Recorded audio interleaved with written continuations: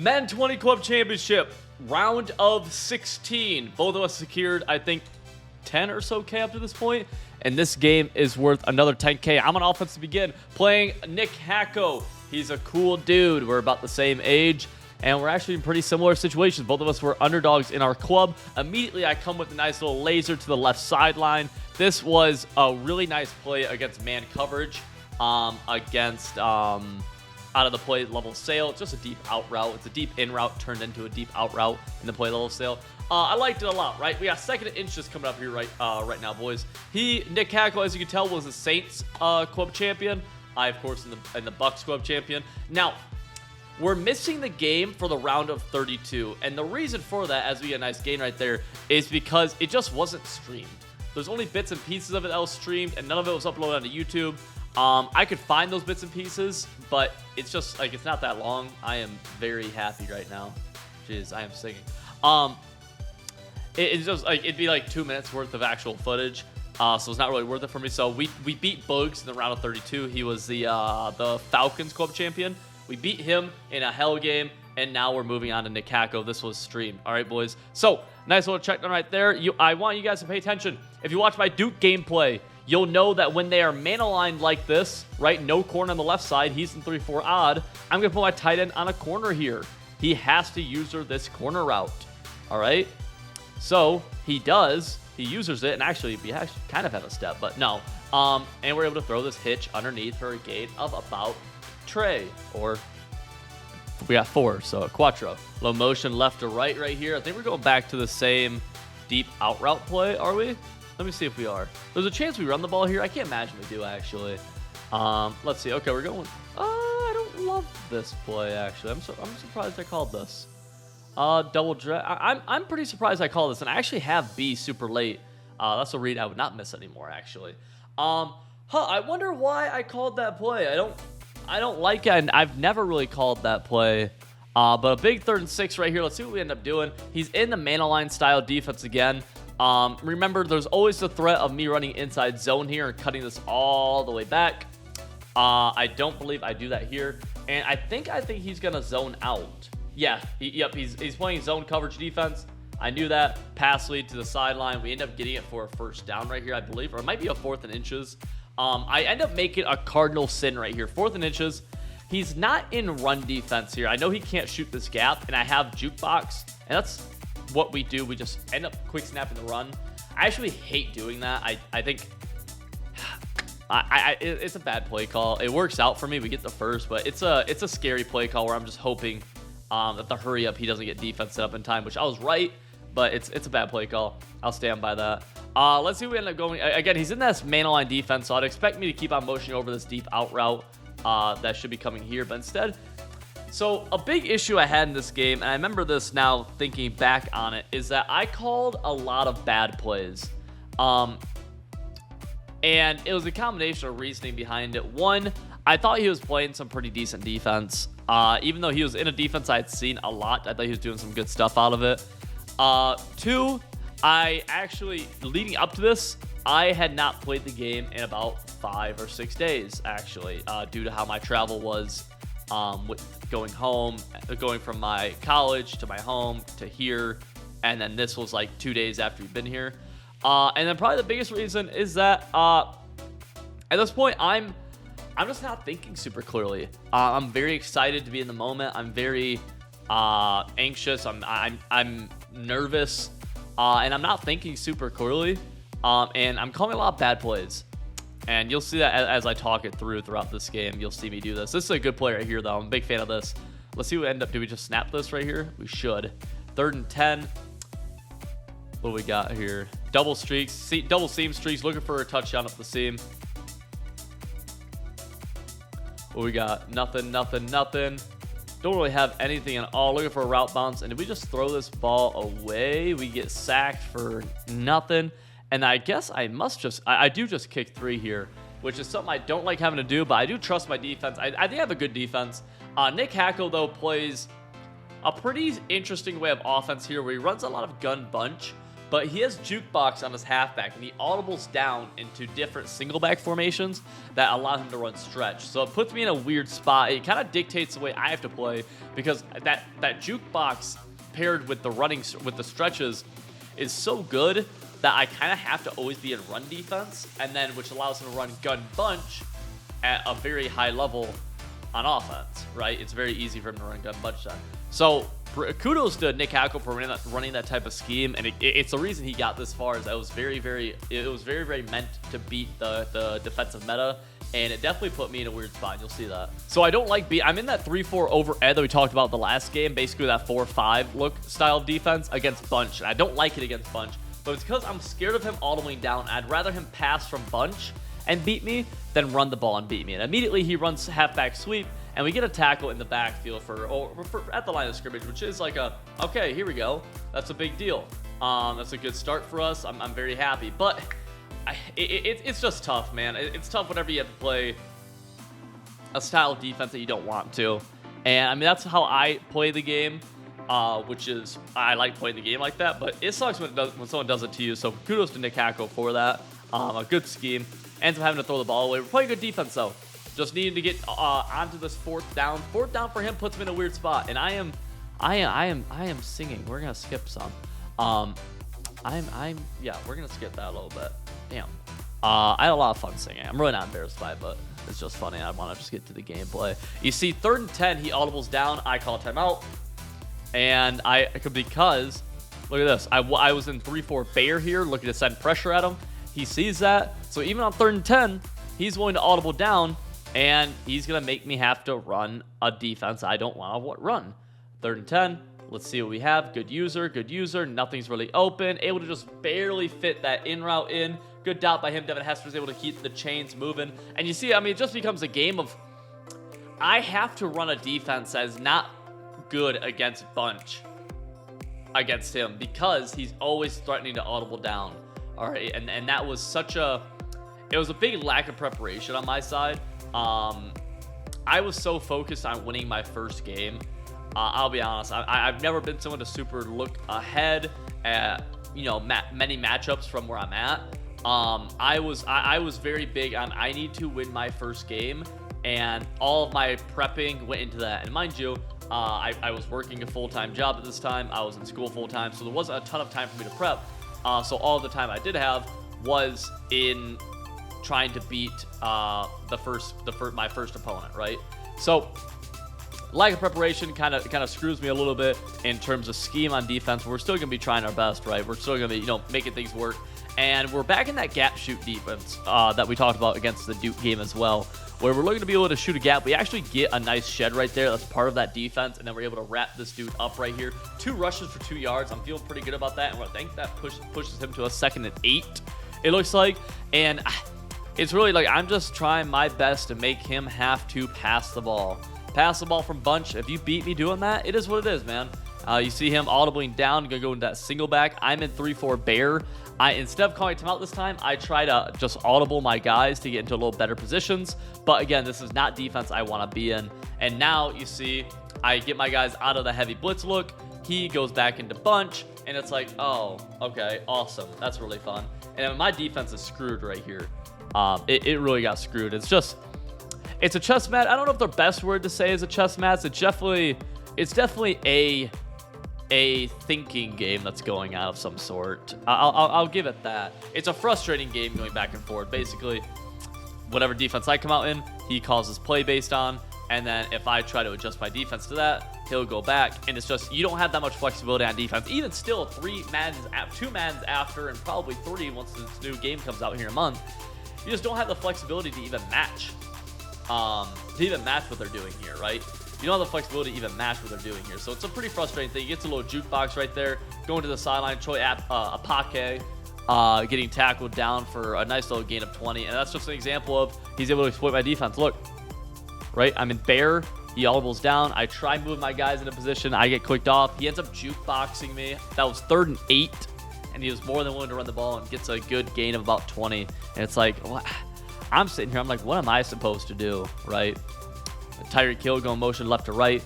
I'm looking to shoot a gap. That's just I gotta get him into passing situation, and that's what we do right here. He ends up we hit him in the backfield, and he ends up gaining yards still. And it's like, it's a game we play. There's not a ton I can do. They got a little zoom in of my skinny jeans right there.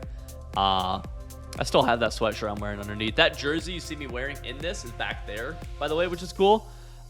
Nick Hackle also, when we were both in college this time, we were both in the MAC.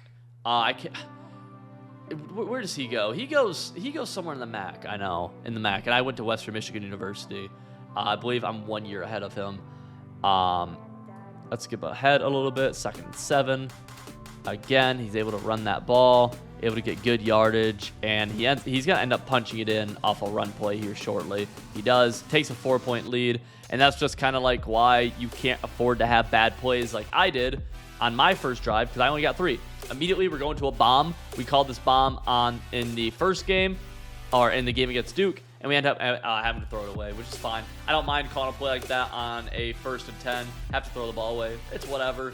It's just it's a wasted play, but it was a good thought, right? My players are very tired right now, so we're just kind of kill time in the play call menu, looking for my players to get rested. And now we got to put together a drive. Just under 2 minutes to go. Only 1 time out for the Civ Dogs.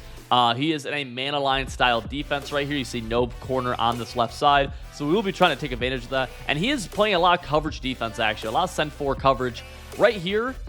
Whew. So I want you guys to see what I see here. This is important. This is important foreshadowing. So I put this corner out on this side. He ends up not using it, right? This corner out is open here, but it's not deep enough to where I feel confident throwing this without a high ball in a tournament game, right? So I high ball it, pass it up, and we catch it out of bounds. So I say, okay, he's running a coverage shell on that side with no deep zone, and he's not going to use that corner out. So just keep that in mind for later, because I'm going to call a play with a deeper corner, and that's actually this corner right here is deeper. So I say, okay, if he's in that same defense, this corner out should be open for a huge gain after I rack it up. This is a play I never call, but I called it for the sole purpose of attacking that part of the defense. What does he do? He runs a different defense, which I should have seen. I get flustered. I immediately miss my read over here to B as well, which I could have thrown had I not rolled out. I get scared. I end up forcing a throw that we just don't have to throw. A terrible, terrible, terrible read right here. Just trying to force something. It's a lack of discipline, a lack of being prepared right here. This really is the big deal. We're seeing it on defense, and we're seeing it on offense, not being prepared to attack that play. Or attack that defense, and not being on my A game either. I'm doing a lot of uncharacteristic mistakes. Right there was the throw.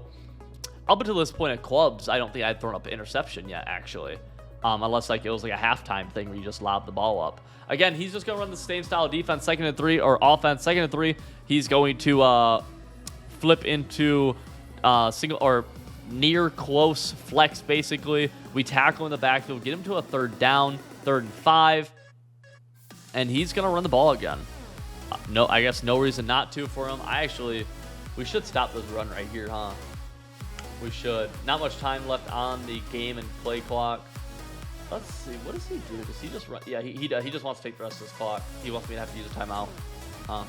Yep, we get a good gap shoot right there. He's going to kick his 3, and we're going to go into half down 7 with him having ball. All right, 2nd and 12. He has ball. We're down 7. He's in bunch. All right, he's not all the way down right here. I want him to.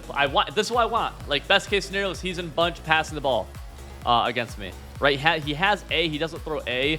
I'm using RB. I break off of RB all the way back to X, and he just makes a bad read. It was a good. I mean, it was a good lurk. It was a good lurk by me, but it was really more of a bad read by him. It really was. Yeah, it was more of a mistake on his part, to be honest with you. But we're back in business, baby. We are back in business, baby. Thankfully, that's kind of like the blessing you need sometimes, right? I'm playing bad. Thankfully, my opponent rewards me on making a huge mistake, and we're able to say, okay, now I have a chance, if I start playing good here, to be right back in this bad boy, right? 1st and 10. We're at 17 yards away from tying this game up. Here we go. inside zone, cut it back. You guys have seen this before. Duke game. Lol. Now we get the jukebox, and we are pushing it all the way to the 1 yard line. We're going to get into the end zone pretty easily. First and goal. Yeah, we're in. Cool. All right, get a stop. Get a stop. Get a stop. Get a stop. We have momentum right now. We have momentum right now, okay? He gets a nice little dot right here. That's fine. But we're fine. We're feeling it. He's 2 for 5 passing. That's fine. We just need to stick in our run defense, make him pass, and whatever happens, happens, right? Just don't give him anything easy. Make him have to work for every yard, and we're in a good spot. In the worst case scenario here, he takes a 7-point lead, and we go down and tie the game, right? That's worst case scenario. That's not that bad, right? Let's see. First and 10. He's back under center right now in the I-form wing. Ryan Shazier is a tight end for him because you could put middle linebackers at tight end in the game, and they can block halfway decent. End up playing pretty good run defense. Yeah, feeling good. Feeling good. His only good runs have came from when we're not in run defense. So I've decided, hey, I'm just going to be in run defense every play. Second and 10 right here.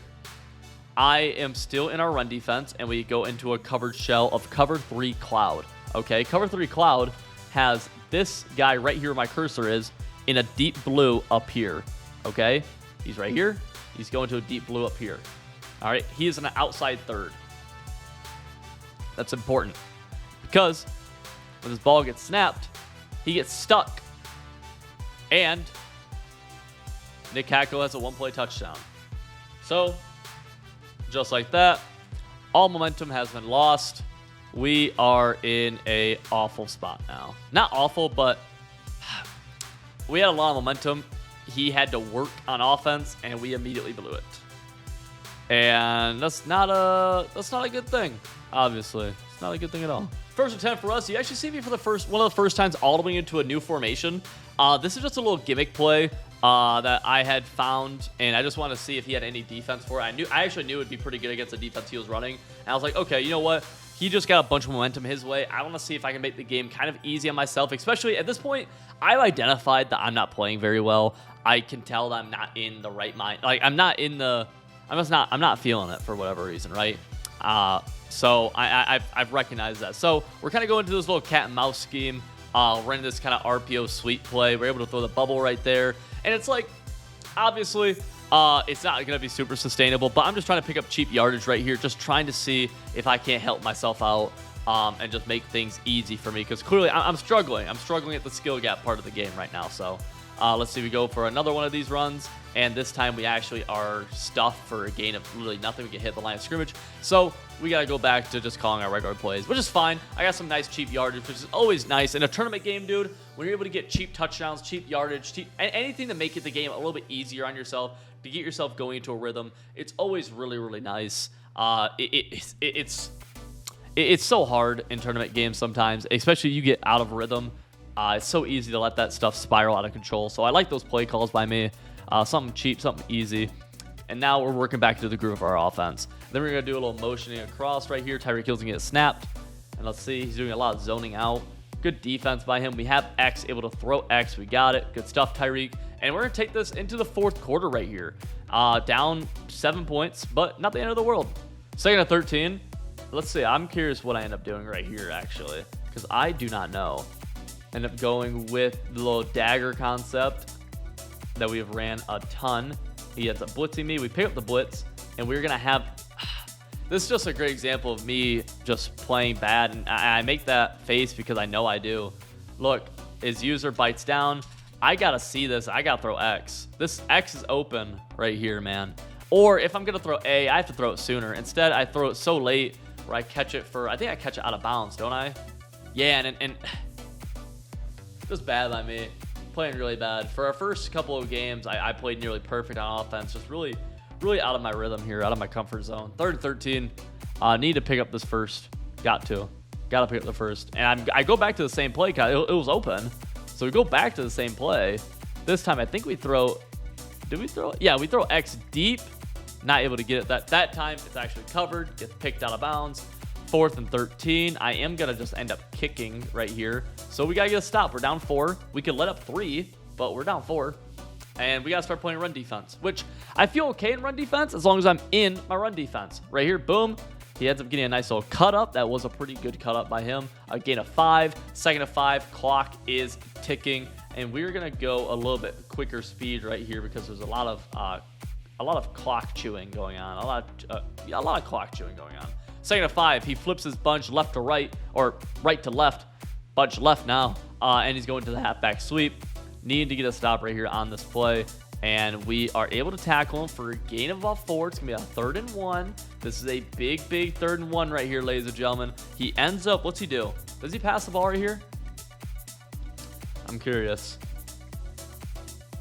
He might. He does pass the ball. He throws his tight end, but his tight end drops it. Now, what's cool here, or not cool, but he does get cheated. Your tight end should catch this, but this is salary cap game mode. This tight end, who is this guy? Swain. He's a 50 overall. This guy literally has 10 catching. And he got his stick by Ryan Shazier, who has an ability. So he should catch that. But kind of shows kind of the skill gap, and not the skill gap in salary cap, but kind of what happened in salary cap is that if you have bad players somewhere, you know, that's a 95 overall Ryan Shazier laying a his stick on that dude. He can't catch, like, he has 50 catching. He really does. 4th and 1. I'm down 4. We have a chance for the game right here. I have played so bad this game, and we have a shot to win. We have a shot to actually win the game right here. And let's see what happens. We get a stop. We get the stop. We get the stop. Here we go. We're at the 35-yard line. We're down 4. All we got to do, we just score a touchdown, Kenny. I'm confident in myself. I'm feeling myself now. Here we go. Here we go. We just have to score. Just score. And immediately, to help myself get in a rhythm, which I don't like this play call anymore, I go to an inside zone out of gun ace, trying to mimic my jet touch pass really fast. Let's see, do I break off anything? No, I don't. I hated that play call. Bad play call. Bad play call. I still do recognize that I'm playing very bad. 2nd and 9. What we go to? This is a bad. I know this is a bad play call. I should not have called this right here. Super bad play call.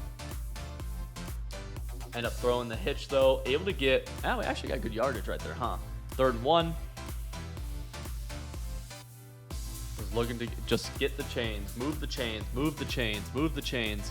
Have X immediately, didn't throw it though. We have Y. We end up throwing Y right there. Good read. A little late, but good read. Able to pick up 1 yard. We needed 1. We got 1.